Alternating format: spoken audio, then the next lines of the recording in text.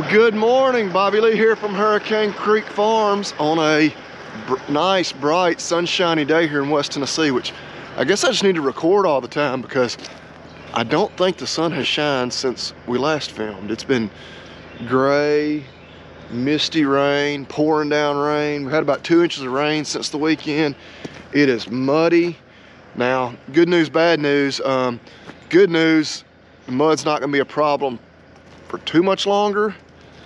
Bad news, it's because we're gonna have some sub-zero temperatures. So ground will be frozen here in a few more days. But actually, before we get into that weather front in the weekend, I think it's supposed to rain a bunch into the week. So we've had rain, we're gonna have more rain, and then we're gonna have super cold temperatures, I think getting down below freezing, expecting, I don't know, I've seen anywhere from 3 to 6 inches of snow. So today, a lot of today, other than just doing our routine normal feeding, is kind of preparing for those frigid temperatures, being sure we keep animals, you know, safe, comfortable, and watered is probably the biggest thing, even more so than being fed. But Pete the cat, he's already been fed this morning. He should be content. We're gonna clean some stalls while the tractor warms up and take some hay up the road.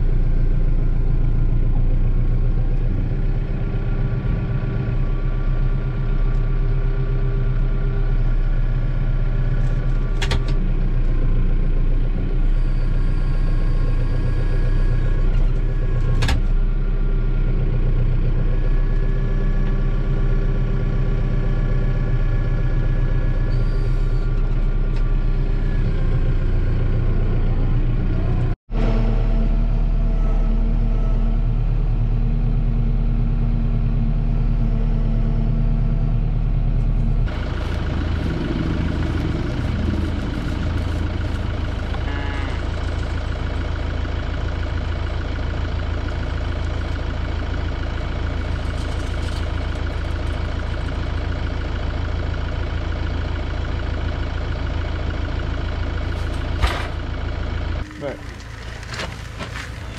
Y'all get back. Give me some room. Come on, baby. Hey, get back.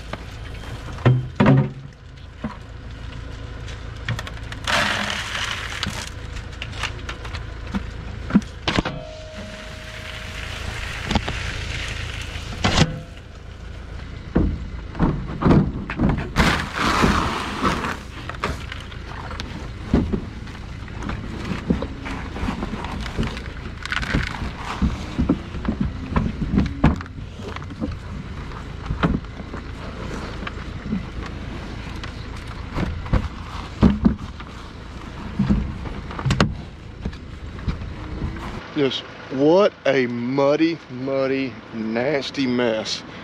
Yeah, these are the days that you just hate even messing with livestock when it gets this muddy and nasty. Hard to believe, but I stop here.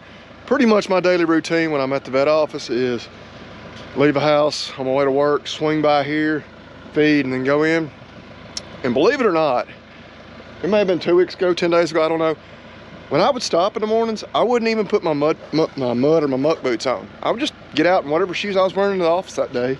As long as you avoided stepping in a pile of manure, you could stay perfectly clean. It was just, you know, it was unseasonably dry, you know, to the point where we're in a drought for this time of year, but a good time of year to be in a drought.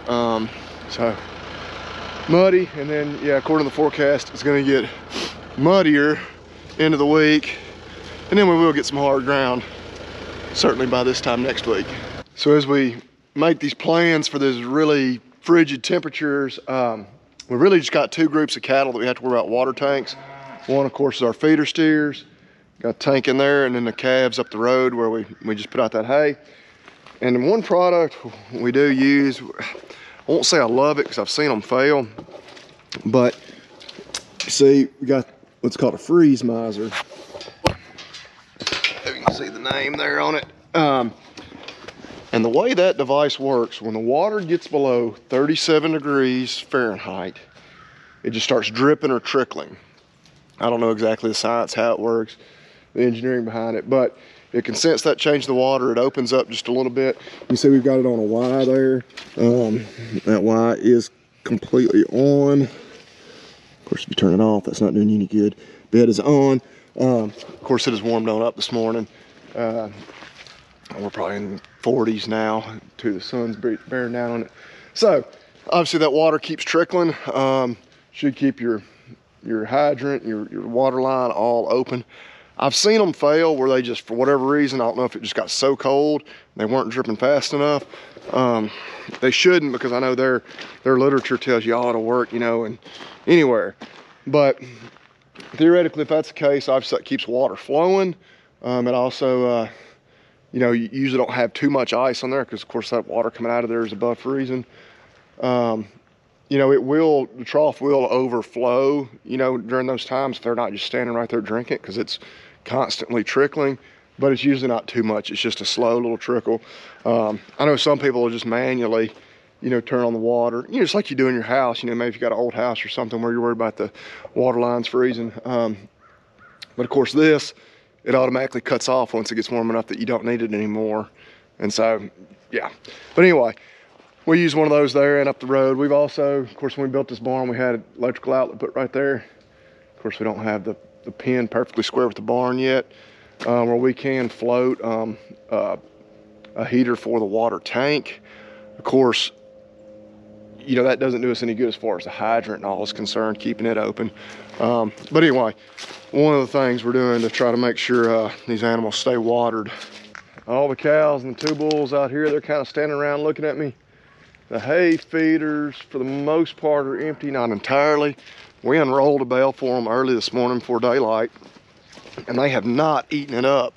That's probably the one thing where I still have some concerns when we're unrolling hay, that they're not eating it up quite as well as we would like. Because, I mean, again, there's still hay over there on the ground. I guarantee you, if I got on the tractor and put out some hay in the feeders right now, they'd all go to the feeders and start eating rather than clean up that we unrolled. So, still where, like everything in life, it's not a perfect system. It's not, yes, we like to unroll because it's perfect, or no, we like to fit out of hay feeders because it's perfect. Neither one's perfect. There's advantages and disadvantages to both. But it just kind of frustrates me, which a lot of it is I'm just down here messing around. They're thinking I might give them some more, you know, feed in the troughs, which I'm not. They've already had that for today too. But we will put them some hay out this afternoon in the feeders, just because, again, they're pretty much empty, and it's gonna rain its butt off apparently, like on Friday. So I don't go ahead and have hay put out for them. We won't have to do that again. Won't have to have the tractor back out again until the weekend. Here's a little better look at the freeze miser. You can see the name and all on there. One of the things I will criticize them on, you know, with them being plastic, it's easy to booger up the threads. That one's actually still good. Just an extra one. I actually ordered a couple more extras just because. So last thing, you want to be caught with your pants down, you know, here early next week when it does turn off super cold. So the thing, we got to head up to the feed store now.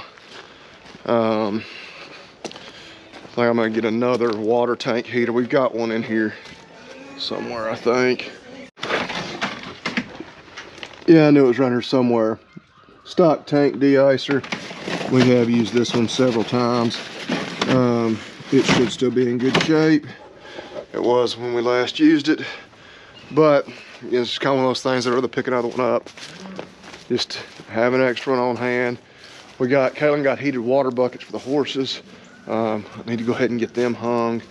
They're not gonna need them for a few days, but go ahead and just be ready. We're gonna get the trailer unhooked. We still hadn't unhooked from hauling that bull last weekend. We can head into town, but we just gotta get feed too, horse feed mainly. Back from the feed store, and in typical fashion, we got kind of a variety pack. One disappointing thing, our tenderloin feed that we feed with the corn to those feeder steers, they only had one bag. So like, we're not out. We're not about to run out. I think we got a full bag. You don't feed a lot of it, but I'd hope to get about 6 of those. So we'll probably have to go back next week or the next couple of weeks, get some more of that. We got some horse feed to unload. Oh yeah, I did get another water tank de-icer. Look there, made in USA. Farm Innovators, the Ice Chaser. Love our made in USA products, but hopefully that one's gonna stay in the box. Got that other one over there. We just, say, brutal temperatures. We don't want to be caught with our pants down, in a situation where we're scrambling to keep animals watered. Always nice to have a spare. But we'll get this unloaded. I don't know, we got a few other things to do. Check, kitty cat.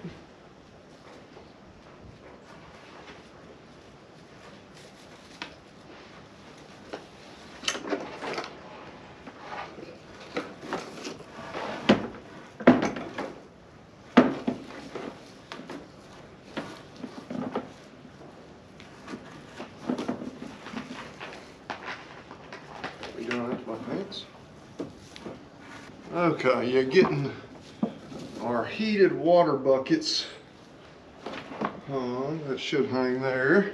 Of course, we've got our fans up here in the corner. Not gonna be needing the fans anytime soon, so we'll just unplug those up there. Can use those outlets for obviously these buckets.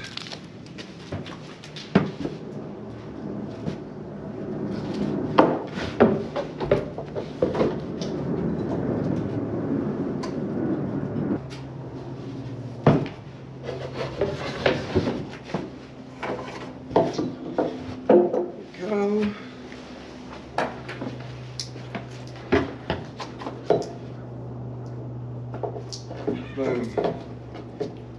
And do the same thing, just hang one over from the other stall. And do the same thing on the other side of the barn.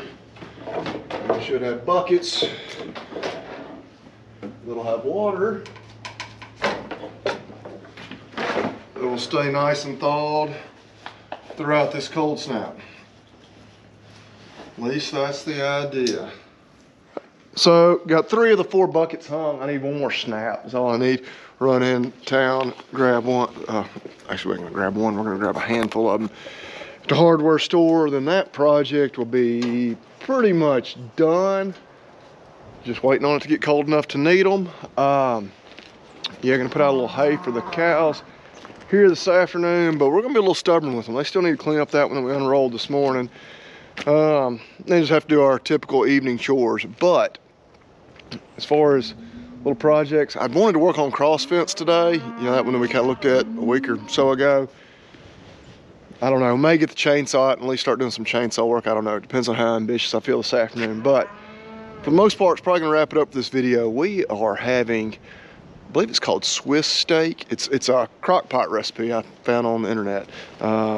We've got a bunch of round steaks we need to eat. Of course, not quite as tender and something you want to just throw on the grill.